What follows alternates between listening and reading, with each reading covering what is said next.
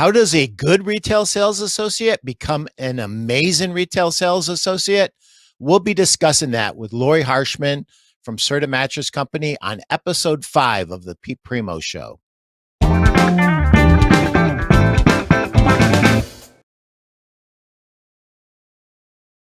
This show is brought to you by my book, Sell a Million, 101 Tips for Furniture and Mattress Store Owners to Sell Another $1 Million or More this year.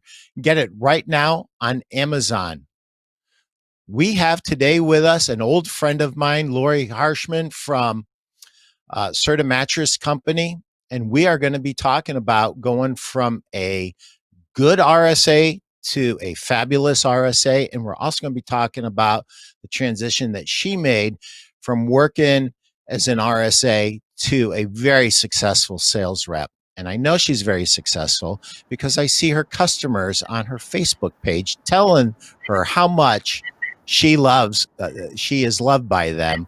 And she didn't know I was going to say that, so she's probably a little embarrassed.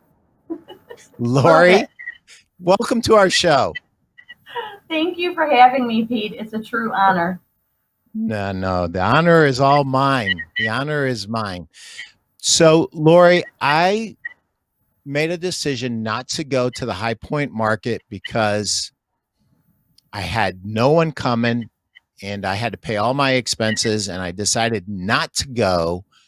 And I was amazed at the difference in attitude that you had towards the show. And you were there. You were at High Point this last market. And the many texts and emails and even phone calls that I got from my fellow sales reps, which were kind of dire, like, this is a ghost town. This is a waste of time. And then I asked you, how was High Point? And I was just amazed at the difference in the attitude. So how was High Point, Lori? So it was definitely different, Pete. The traffic was a lot less. I'd say we probably had a third show up of, compared to what we're used to, we probably had a third to about 25% show up. But the people that were there were dedicated and they were there to buy. So we actually opened several new accounts. I think it was different, but it wasn't negative. It was just with COVID and everything that was going on. I understand a lot of people just didn't want to get out there, but the people that were there were dedicated and ready to make decisions. That's awesome. One of the things that we talked about was, when the showroom's empty and there's no dealer in the showroom, it really kind of becomes your university. You can check out the new products and really kind of bone up and study up and lay on the new products and really start to understand and maybe pick your sales manager's brains about the products and really just kind of go to school so that when you go back into your territory, you have a good, it's not new to you anymore. All that downtime was used productively, and now you're an expert on the new products, which you wouldn't be otherwise. True. It did definitely give us a little bit more time to become familiar with the new products. We actually had 3 different showrooms there. We had the Serta showroom. I worked for AW Industries, which is a licensee of Serta. So we had our Serta showroom, we had the Sleepwell showroom, which is an in-house brand, and then we also had Silent Night, which is our newest in-house sleep brand. So it really did give us a time to pop back and forth with all the different showrooms and get to know the new products and kind of really just bond with the other reps and management as well, because we haven't seen each other with everything going on with COVID. So it was actually, it was a good experience. And we opened a couple new accounts. So it was good. Awesome. So when I asked Jeff Allen years ago, why did you hire me? He said, the one answer to your interview that got you the job is you said that you're a continual learner. But the one thing that really caught my ear and my eye was that you said that you learn from everybody you come into contact with. And I think that's one thing that all high performers share. We learn from every situation and from every person, and learning from our teammates and bonding with our teammates is essential. The intel that you can get from other territories and apply the lessons to your territory are just huge. So true. So true. I think we've talked about that before too. You can learn from anybody, like new RSAs, seasoned vets, anybody with a fresh new look. Yeah. Yep. So let's talk about the topic. And my partner, Nick Marcos, years ago, I asked him, what's new at Mattress Matters? And he said, Lori, that's what's new. And I said, what about Lori? Well, she left and she came back. And when she came back, she's like a new person. She's unbelievable, Pete. Don't get me wrong. She was good before, but she is great now. And so I wanted you to talk a little bit about that. First of all, what happened? You left, you came back. And, in your mind, what was responsible for some of the success that you enjoyed? So, well, I'm flattered, and thank you, Nick. You and I have had a couple discussions about this, and I think what it really comes down to is confidence. Yeah. I knew before I was decent, but I think leaving, going to a new city kind of brought me out of my shell, if that makes sense. Yeah. I actually did have the opportunity to work with some really great salespeople as well. Sorry, a little bit of a No worries. throat issue. I was so lucky to work with the people that I did. And I think confidence, and I lost the fear of no. I think so many times salespeople, we get caught up and afraid and intimidated by no. And I lost that. I was in a new city. I had to make it work. And I was surrounded by really good salespeople. So I learned from them. And it made me stronger, more confident. One of the turning points that you mentioned is you were in a training, and it was towards the end of the training, and you kept going, I know this. I do that. I'm really, in fact, my blood. And you finally figured it out, that you were really, really good. You were better than you even knew. And one of the things that I worry about for all salespeople everywhere, but especially retail sales associates, that, sometimes they're exposed to just too much negativity, right? It's tough to be a really great RSA. You get beat up from customers. You're told no, just looking, want to think about it every day. And then you got management who doesn't always support you, that, beats up on you. And so mindset for a retail sales associate, to me, is extraordinarily powerful. And I think that's one of the reasons you've made the transition that thousands and thousands of sales reps never make. They never make this leap from retail to wholesale, which you have made very successfully, unless all your customers on Facebook are lying. And, I made that leap many years ago, but my first 9 years, I was a retail sales associate and a store manager. And then I became a wholesale rep. Yeah, I remember I met you, 25, 26 years ago now, I think, Pete. Yeah, a long time We were ago. both back then, right? I feel blessed. I have been awarded more opportunities, I think. I've had great reps such as yourself, Nick, Jennifer Corio. She actually introduced me to my current boss. So it's all about just keeping your options open and being positive. I mean, you live this life once, take a chance on what you want to do. And I've always wanted to, I always wanted more. I guess is the easiest way to say it. I wanted to get on the road. So I have that, and I feel blessed. Yeah.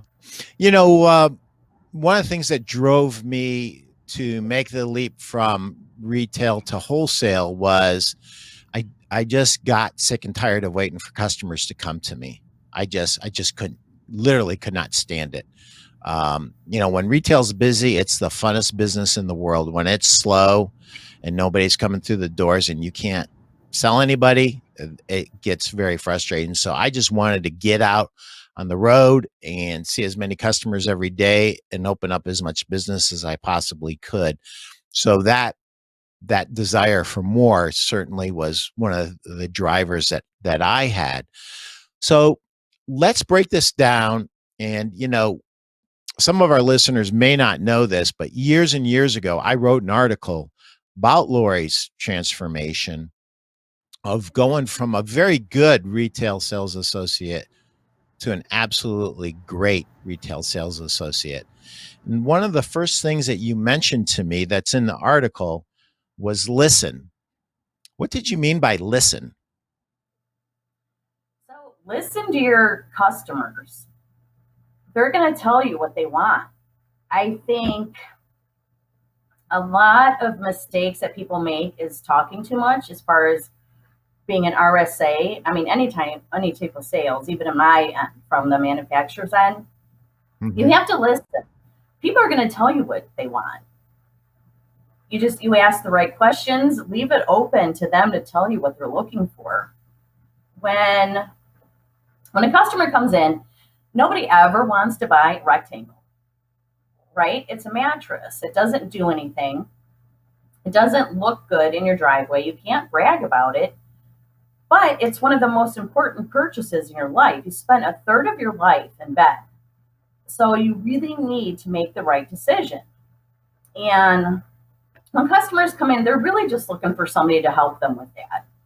You know, what we do, I mean, I know everybody has different opinions and there's books and as far as what to do on being a mattress RSA, right? But really all it is you make friends and help them with their purchase. That's it. I mean, you just help them to make the right decision.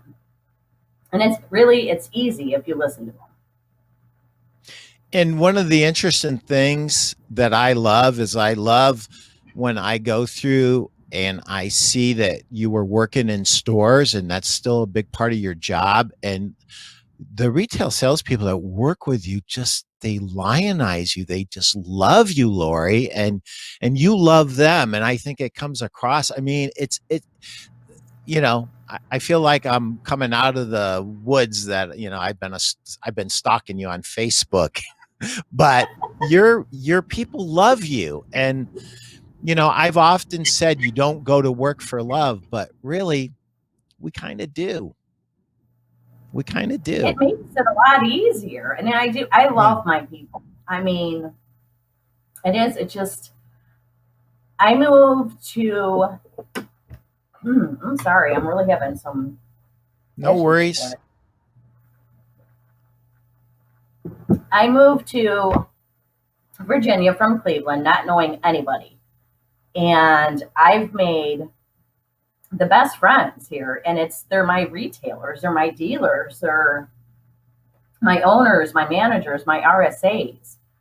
I trust them. I'm pretty sure they trust me. And it's just, it's really, I feel like it's an extended family, you know? That's awesome. Doing business. I think you do go to work for love. It's easier if you do. It is. It is easier. So the next thing you talked about was know your competition. Talk about that for a little bit. So you have to know about as much about your competition as you do about yourself. If you don't, you're doing yourself an injustice as well as your customers, Because let's face it, you're probably not the first store they walked into. You may not be the last if you don't do your job right. So you have to know what else is out there. You have to be educated about it. You have to know their pricing, their features, their benefits. You have to know everything. Because if you don't, there's somebody else out there that will. It's just, Right. you have to do your homework. And I think it's easy too, Pete, because with what we do in the mattress industry, there's a lot of downtime. So it's really easy. Just get on your smartphone, your laptop, even look through ads, Facebook, anything. And it's really easy to actually research competition. Yep. It's easier today than it was 35 years ago. It's Oh, much for easier. sure. When I Go oh, ahead. No, no, go when ahead. I was you agree. Like when I started almost 26 years ago. I started with Tony and Joey Amato. Love those guys. I learned so much. We used to had to clip actual ads out of the newspaper, right? And we made a flip book with everybody's ads in it. We would go out, we would cross shop our competition, which is really the best way to do it anyway. You still want to get into their stores because you want to know what they're saying about you and everybody else. You want to know what they're telling their customers. You want to know their spiel, right? So Yep. you really have to be proactive and be on top of it. It's just, and it was different when back in the day when we were doing it. It's actually a lot easier now, I think. So, for all of you RSAs out there who really want to take your business to the next level, it's not good enough to just know your product. You have to know your competitor's product. You have to know your inventory. You have to know your competitor's inventory. You have to know their advertising. Of course, you should know your advertising, but you need to know your competitor's advertising. When you get really good, you're going to know not only your company's policies, but your competitors' policies and any of those policies that offer an Achilles heel. How do they do reselections? How does their 60-night comfort trial work? What are their Achilles heel? Where is their free delivery start at? All these things, they sound like minor things, but they're not minor things. How quickly do they deliver? What's their inventory situation? Is there an Achilles heel? Is there a weakness there? So those are the things that if you want to take your game to the next level, listen to what Lori's telling you, because she just gave you a PhD. Don't recognize what you've just been given. Go back through and listen to this and write it down, because it's very important. Know your competitors as well as you know yourself. That is gold. Thank you, Lori. Thank So you. I want you to talk about the motivation technique that you learned, that visualization technique about getting something at the end of the day. So I reread that yesterday after you sent it to me. I haven't seen that in a while. So I think I kind of changed my outlook on that a little bit because I don't know, older, wiser. But so the two gentlemen I was working with at that point taught me to help. So to help me close the deal, so to speak, and I really don't care for that term, but to help me make more sales, I was to visualize getting paid cash at the end of the day. And for me at that point, that really worked. I had just moved to a new city. I just bought a new car. I didn't know anybody. So the money was really my motivation to get every sale done.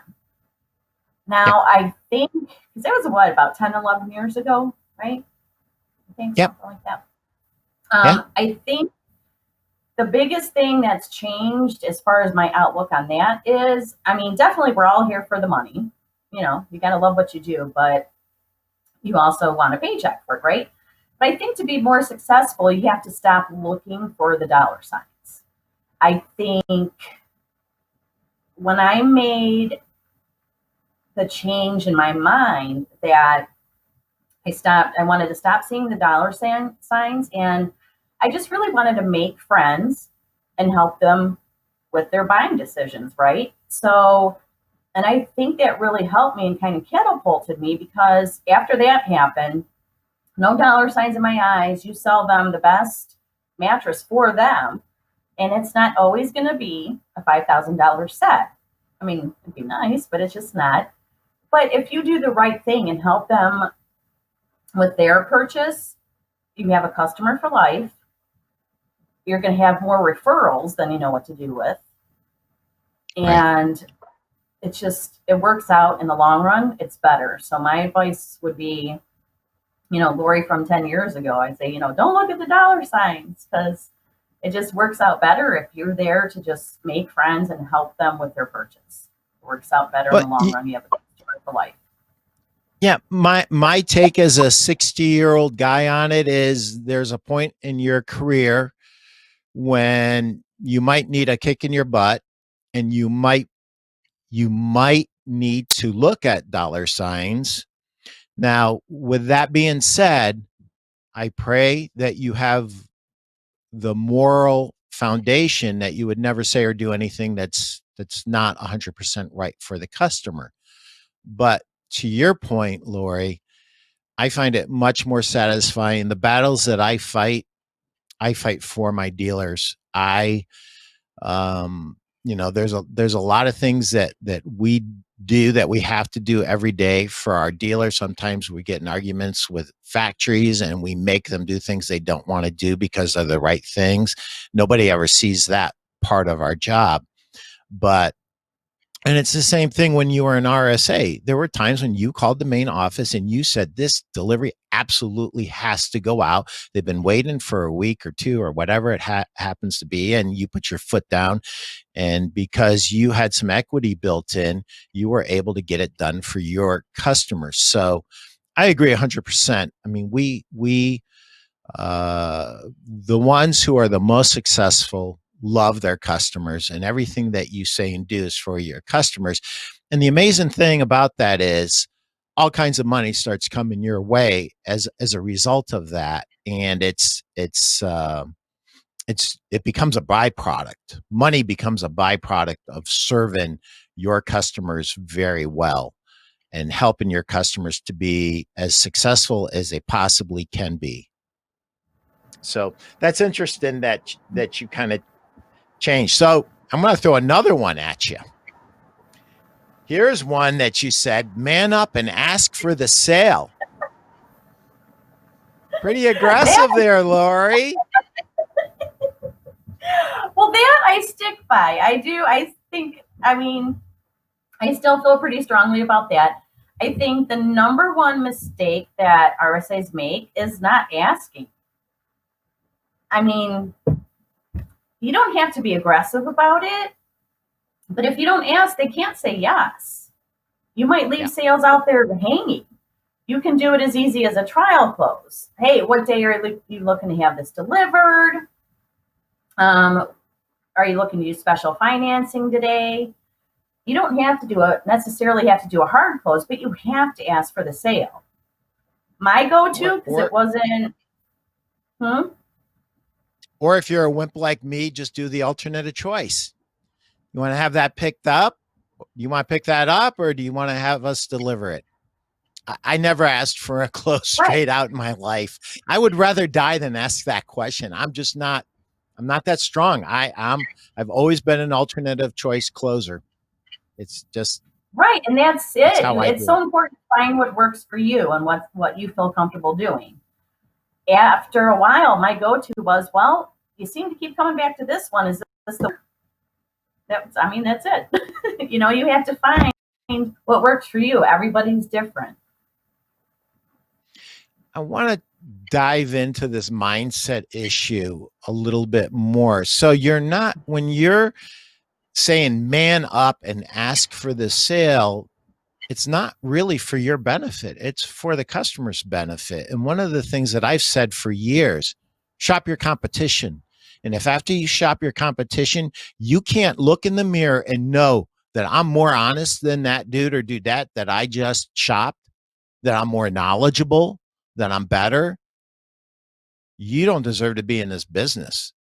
Whenever I shop my competition, I always felt like, you know what? I have a moral obligation to close a sale because I know what I'm willing to do for my customer. And there's nothing I won't do for my customer. I'm going to take care of them. I'm going to protect them. I'm going to make sure that they have everything that they need to have and everything that was promised is delivered to them. I'm going to do that. And I know I'm going to do that. And because of that, I came from a place and still do come from a place that I'm doing it for my customer. I'm not doing it for me. I don't need to do it anymore. It doesn't even matter. I'm doing it for my customer because my customer is better off with me any day of the week than anyone else.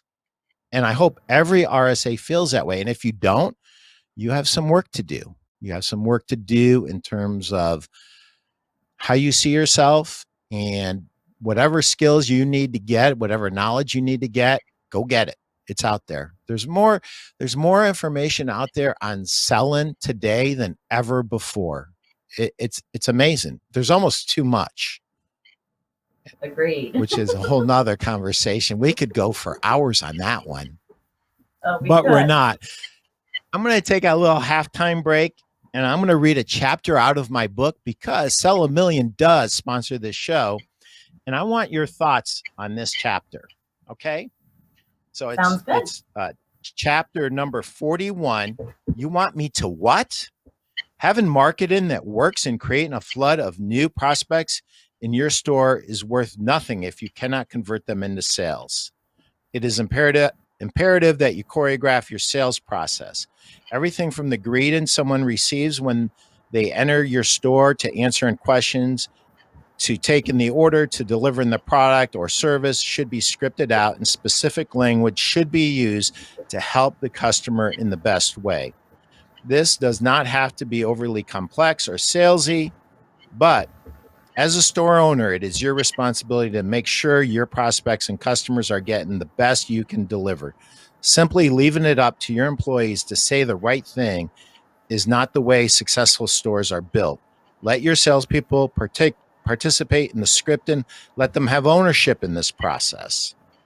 Your script should evolve over time. Weekly sales meetings where success stories are shared should guide this process. Spend some time looking at your processes and write down how and what should be said at various points. Create an employee manual or sales guide and make sure everyone who comes into contact with your customer knows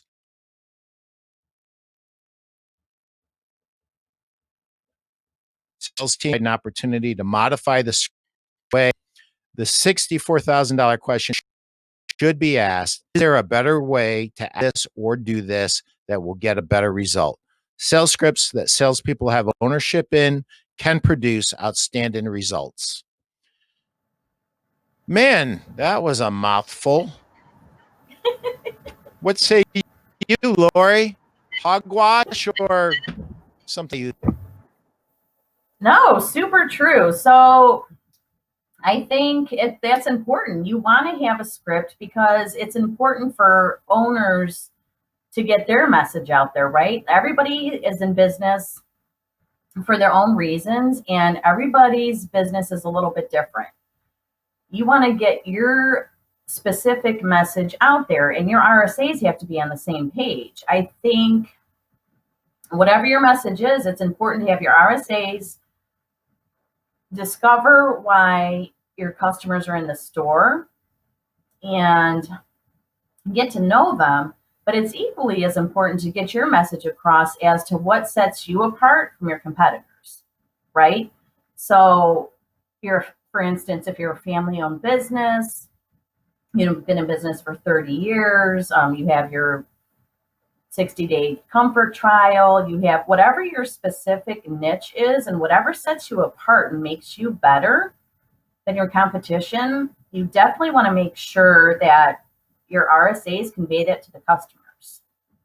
Because there's so many places they can buy anything, mattress, furniture, cars, whatever out there, but you need something that's going to set you apart and it's usually service. There's got to be some type of service, especially nowadays with all the everything. You can buy everything online now. People are still hungry for excellent customer service. They want to know that you're going to be there for them after the sale is done. You can't get that online. So it's really important to convey that to your customers. Whatever services you provide above and beyond your competitors, you want to make sure that you do have some sort of scripted message that gets that out there. And I think it will naturally evolve over time too, because like, look, Pete, 25 years ago, when I started this, there was no online buying. That just wasn't an option. So now what we scripted back then versus what you need to say now is completely different. You really need to know what's going on online. That again goes back to downtime. Go online, look at your competitors, look at the mattress in the box selections online. You have to know that stuff, and you need to know why you're better and what sets you apart. That's awesome. So one of my bigger stores years and years ago, they had a mandatory Intel requirement. So everybody had to get on, had to get online for a half an hour every week, which, if you break that into chunks, you could do on a 6-day week, 5 minutes at a time. But they had to give a report to the sales manager about what they learned online about their competitors. And that was huge. One of the things that I have begged my smaller retailers, and very few of them have done it, is if you're a store owner and you actually make deliveries to your customer, you should be bragging about that on your social media, in your ads, everywhere. People are yearning for that personal touch. They don't want some kids trouncing through their house haphazardly.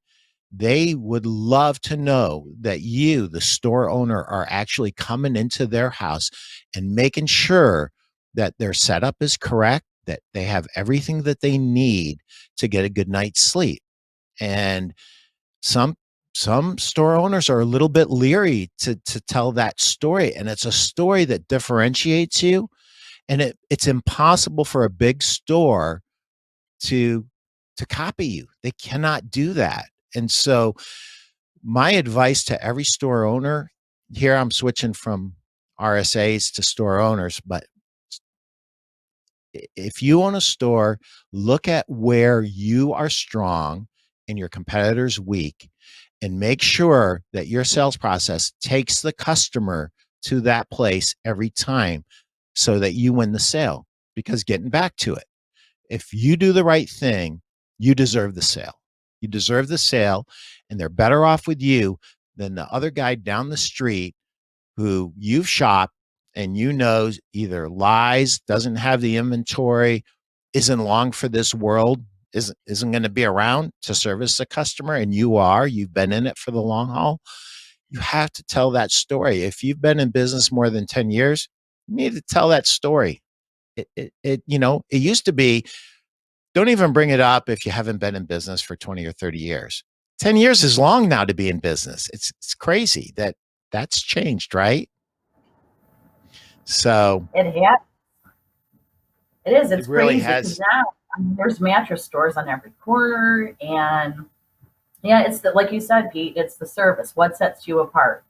And you want to drive that home with your customers. You want to know that you're not just trying to, make a quick dollar on them. You want a customer for life, and that's what it's about. That's what's truly going to set you apart from everybody else. And yeah, when the owners get on trucks, I see it with some of mine. They'll post on Facebook if they, any kind of special delivery things they did for somebody, any kind of exceptions.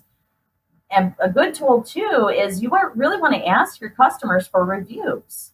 They do, Google reviews, or hey, hit us up on Facebook. Let us know about your experience, because Nowadays, especially before anybody even goes into a retailer, they do their homework online. And if they see a bunch of positive reviews, guess where they're going? They're going to see you, right? Right. So it Right. doesn't hurt. You build the rapport, you make friends with your clients, and just ask them, hey, do you mind leaving me a positive review on Facebook or Google or whatever avenues you use? It really makes a difference. Yeah. And that has to be systemized. You have to ask. And if it's just two owners in the store, the one owner has to hold the other owner accountable. Hey, did you ask for a review? Did you ask the customer for a review? Did you make it easy? If you need a service to remind you, Podium's a good one, but you can do it on your own. I've seen people build huge businesses without that. It just needs to become part of your sales process. But if you don't have good reviews, you are essentially throwing your advertising money down the drain, because this is what happens. They see your ad, they go, let's check it out, honey. But that's not how people shop anymore. This is the way people shop. This, this, this thing, their smartphone. It's the first thing they do. They want to see, who are these people? And you, as a store owner, have to acknowledge that that's how people shop. And you, as an RSA, you want to go to the next level and really help your store succeed, you have to get on board with getting the great reviews that you and your store deserve.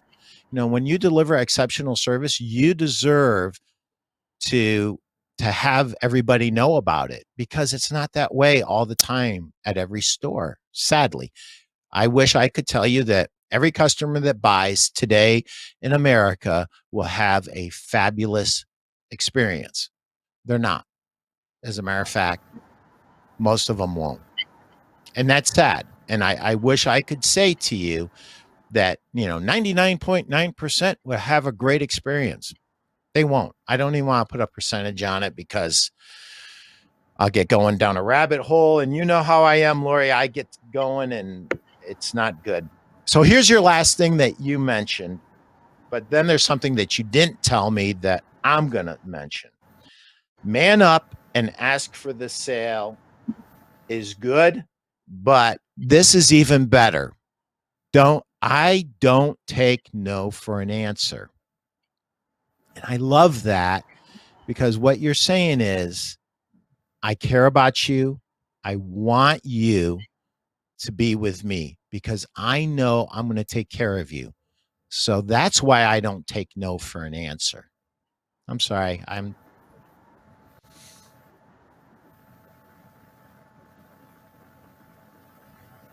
No, Did it's you lose your true. audio? So Oh, you're there. I did. Yeah, you froze for a second.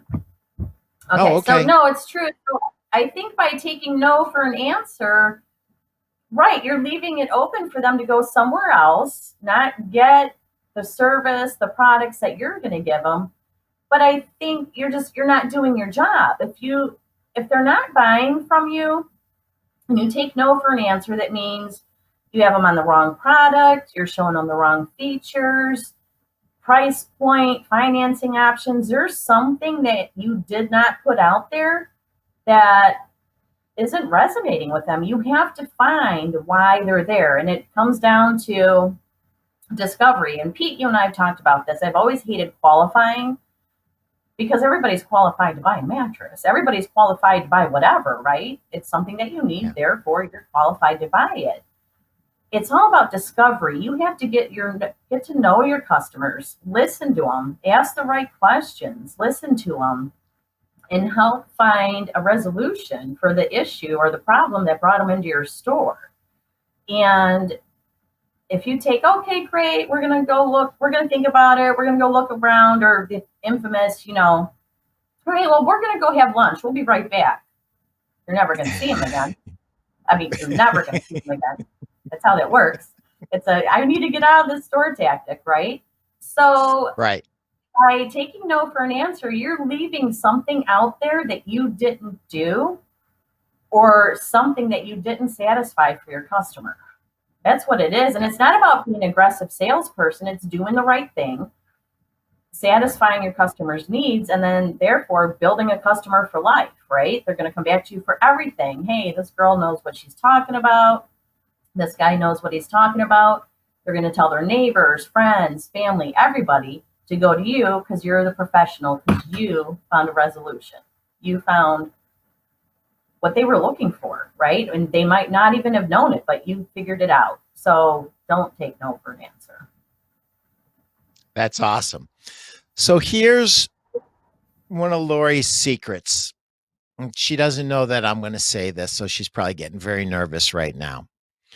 So before this, Lori was a stewardess before she got in the mattress business. And when she answered her ad to be a mattress salesperson, that ad did not say mattress salesperson. She probably never would have answered the ad. And our industry would be a little bit more poor without Lori. So I'm glad that Tony Amato was very creative and did not say anything about mattresses in there, because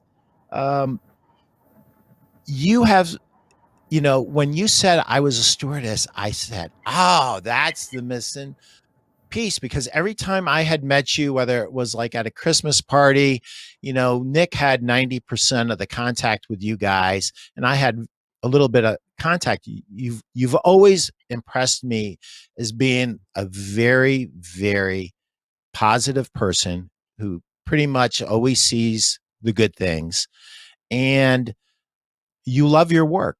You loved your work as an RSA. You love your work as a sales rep, and you truly feel blessed and are grateful for your opportunities to serve people. And I think that that's what makes special people go from good to great. Just my take on it. Oh, thank you, Pete. Yeah, that ad, I will never forget it. I'll never forget it. That was amazing because I don't think anybody ever sets out, hey, I'm going to be a mattress salesperson, right? Like I'm going to be the best mattress salesperson I can be. Nobody wakes up one day and decides to do that. I think we all have our stories on how we got in this industry. And yeah, the ad was amazing. And Tony, if you're listening, I love you. Thank you for everything. It ended up being an 8-hour interview. We got Reddy's Pizza, and I started January 17th, 1995, and I wouldn't change it for the world. Now that I'm in this industry, I do love it. I do want to be the best mattress sales person. I do want to be the best territory manager, sales rep. It's in your blood. It doesn't leave you, right? Yeah. Yeah. For me, Lori, I realized pretty early on that I could change someone's life by changing how they slept. And to me, that became very significant. And I found meaning there. And once I figured that piece of it out, that I could change someone's life for the better, the responsibility to get really, really good and really knowledgeable kind of overtook me and just drove me. And now what drives me is making my dealers successful, helping them.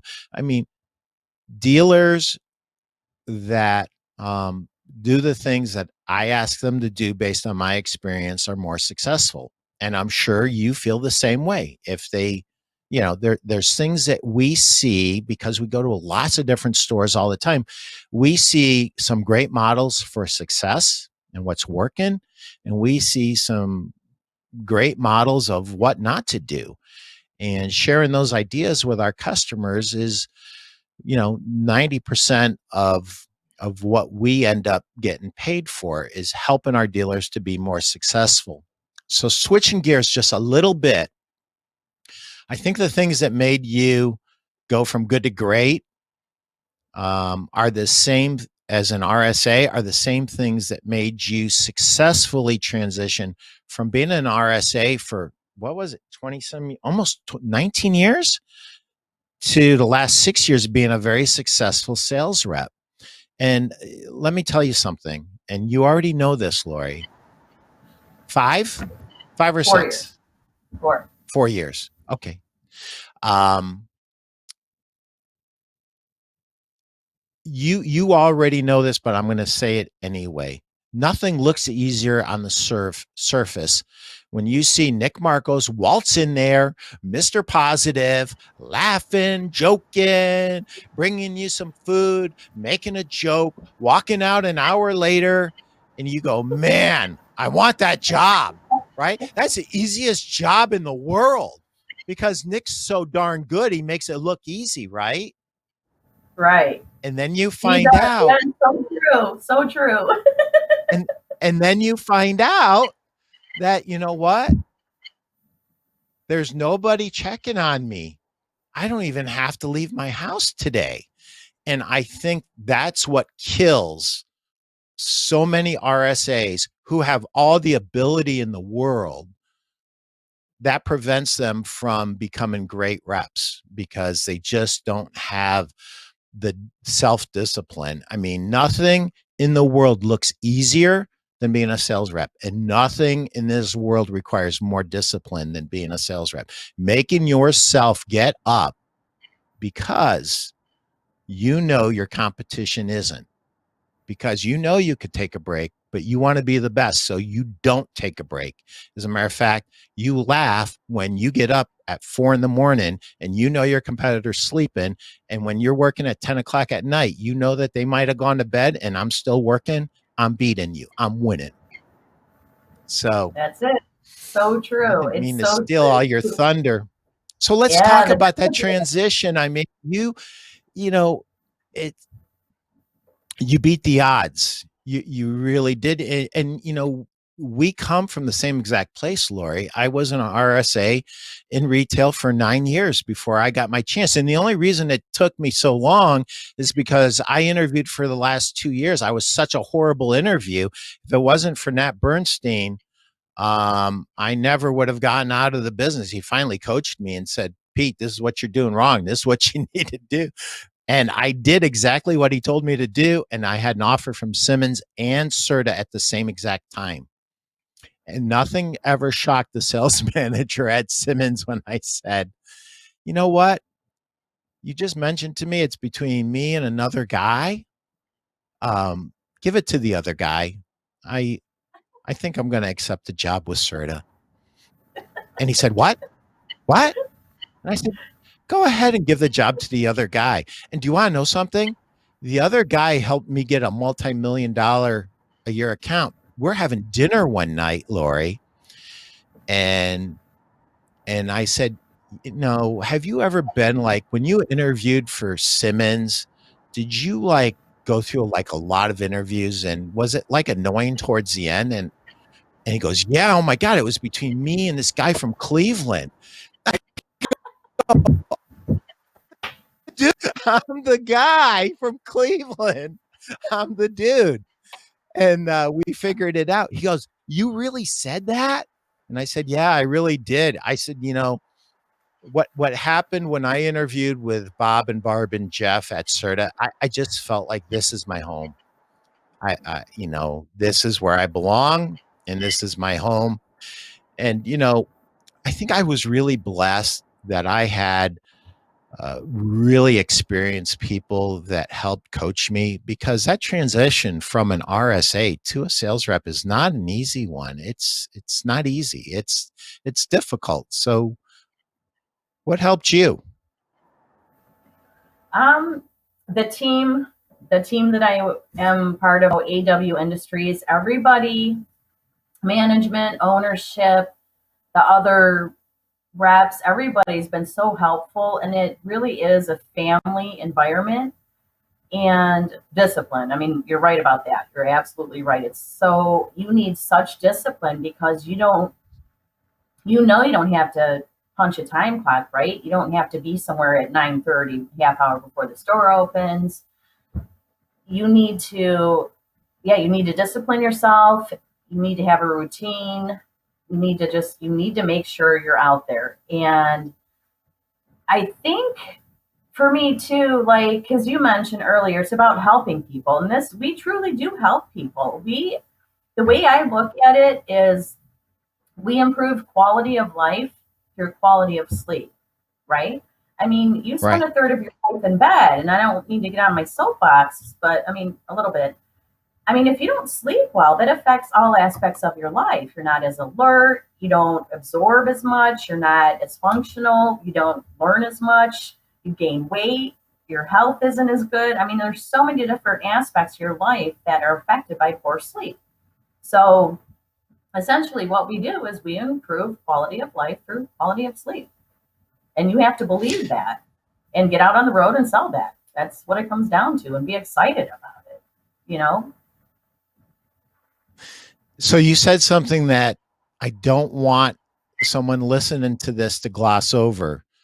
The success that you enjoy is going to be found in your daily routine, and your lack of success will also be found in your daily routine. So if the results aren't what you want them to be, you need to change something. And there's only one person responsible for those changes, and that's you. And when Justin Trumbo was on here from BedTech, he was talking about Jocko's book, Extreme Ownership. When you own all of your outcomes and you realize that something, you know, if I need to change a result, I need to change something that I do every day. So I want to thank you for taking the time and catching up. We could have made this into 3 hours in a We could have. heartbeat, Lori. We could have. And as it is, we went 51 minutes. So I could have, we could have gone down any one of those rabbit holes and done another hour. So you have to promise me one thing. Do you know Sure. what I'm going to ask you? Do you know what I'm going to ask you? I'm going to ask you to please come back again and share more of your wisdom and your knowledge. You've been at this for a long time and you've been very successful. And to me, the greatest thing that you can ever get is when your dealers tell you that they love you and they publicly tell you they love you on Facebook. That's amazing. And you I have love that. been an inspiration of mine for a long time.